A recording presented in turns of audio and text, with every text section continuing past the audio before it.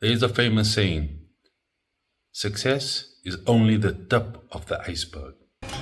Iceberg! And what that means is people only see the success, but beneath it lies a mountain of work, hardness, dedication, and tears. So before we get to what the title says in the video, I wanted to take you guys through the journey of this particular car. Now look, I'm no panel beater, I'm no spray painter. What happened to the body shop? The best I did was maybe fit a spoiler to a car. I've never put an entire body kit together and make a car resemble an 80s icon. Welcome to the worst car you will ever lay your eyes on. This thing is a 1980s era rust bucket that has been left to rot in a field in El Dorado Park. It's got more holes than a block of cheese, and the only thing holding it together is my sheer force and determination to make it look good again. I haven't given it a name, but she's the star of this hot mess project. Rust removal, the ultimate test of patience, sanity, and arm strength. It's like trying to scrape off a bad tattoo, but instead of ink, it's a layer of flaky, orange-brown gunk that's been slowly eating away at the heart and soul of your car. I tried every trick in the book, wire brushes, sandpapers, scrapers, and I even prayed at some point that it will just disappear. So after what felt like an eternity of grinding, sanding, and questioning my life choice for this particular project, the rust was finally gone. The BMW E30 was no longer a rolling tetanus hazard. Oh no, I've got tetanus. And to be quite honest, it was a win. It was like almost I finished the project. But it didn't mean we needed to stop there. I made the biggest acquisition ever from an import perspective. The kit was enormous. It came on its own pallet. And this kit I was hoping for it to be the first E30 M3. Fake. And we started the process of putting the kit onto the car. Installing a wide body kit on a BMW is a mix of excitement, frustration, and questioning your decision-making skills. First, there's the test fitting where absolutely nothing lines up just quite right. And you start wondering if you accidentally bought the kit for a different car. Then comes the moment of truth, cutting into the fenders. There's no going back now. So, I just had to send it and hope for the best. After plenty of trimming, drilling, and maybe a few choice words, the kit finally comes together. And it looked aggressive, mean, and totally worth the blood, the sweat, and probably a whole lot of broken drill bits. I've been trying to make this video for such a long time, but I just can't get to it as something is just holding me back. And the clutch has been giving me issues. I went to the extent of changing the master cylinder, the slave cylinder, changing the lines. It's virtually, I just can't get this thing out of gear. But eventually what I did was I just forced the gearbox back and she got out of gear, so now I can start the car. Before we go to starting the car, let's go through the checklist and see how she goes. First thing, let's make sure we have fuel in the car.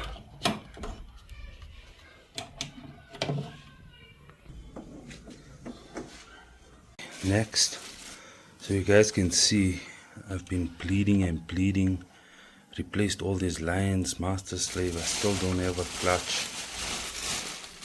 Might just get to a point where I'll just put the 8 HP 90 in this car where I don't need to bleed a clutch. It's technically impossible to bleed this clutch. Okay, let's check water.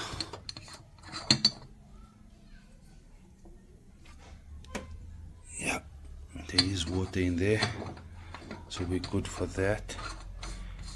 Power steering fluid, not necessarily required for first startup. Oil. Okay, we do have oil. Okay, clamps are tight. Make sure the clamps are tight because if we have a vacuum leak, we might have an erratic idle, and that's the last thing, because then you're troubleshooting. So just make sure things are tight Okay, bleed nipple is closed. Accelerator cable. I don't know what am I gonna do here. I've bought so many cables already. It's just anyway. I'll control that with my throttle. Belts are on. Pulleys are on. Fuel filter connected. Fuel filter is connected. We got a return. We got the regulator for the fuel as well. It's all sorted. Grounds is there. This is really nerve-wracking going through it and going for the first startup. Yes. Okay, this is not required. This is the window bottle. Okay, there's the clutch. I wonder if it's leaking. Okay, coils is there. It's connected. That's connected. Okay, so we're all good. It looks like we all good from a systems goes perspective. I think we can maybe do a countdown to see if this guy is gonna start. Oh, battery. Let's have a look at the battery. Okay. Let's give it some power.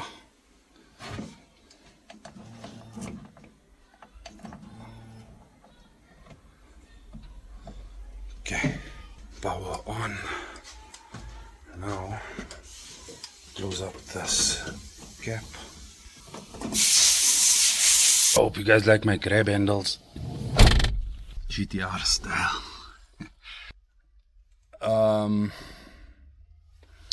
Okay, keys. We got the keys. We might need a steering wheel.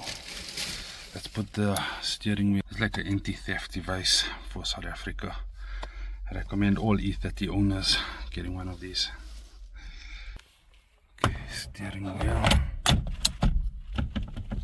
That's there. The hydraulic handbrake is also connected, but there's no skids today. I think we done with the skids part. Neutral. Guys, neutral. So you guys can see my clutch pedal down here. Just here. You can see how much higher it is. Yeah, more leave my toes alone. Okay. That's all there. Moment of truth.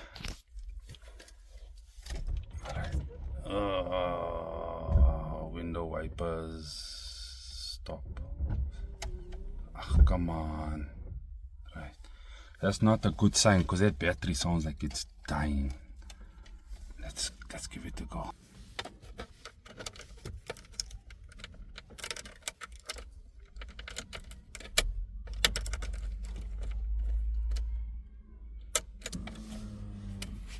It's all primed. Everything seems to be primed. Fuel pump turned on. Right, let's go. Bismillah. Okay, foot is on the accelerator just in case.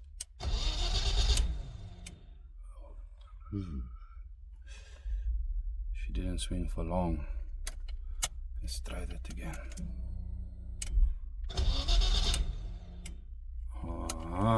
She wants to take, but she's not taking.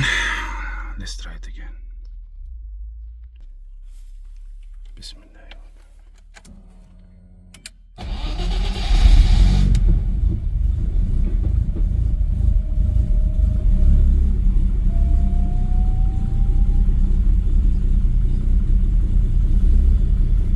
I think we can call that a success. A success. How many will say it's a great success? She's idling a little bit lumpy.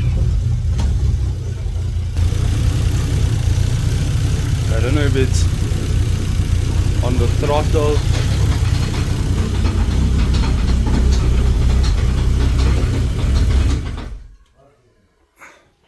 I think that's because we took the duff out. Yo! A knocking noise and I almost thought it was my bearings.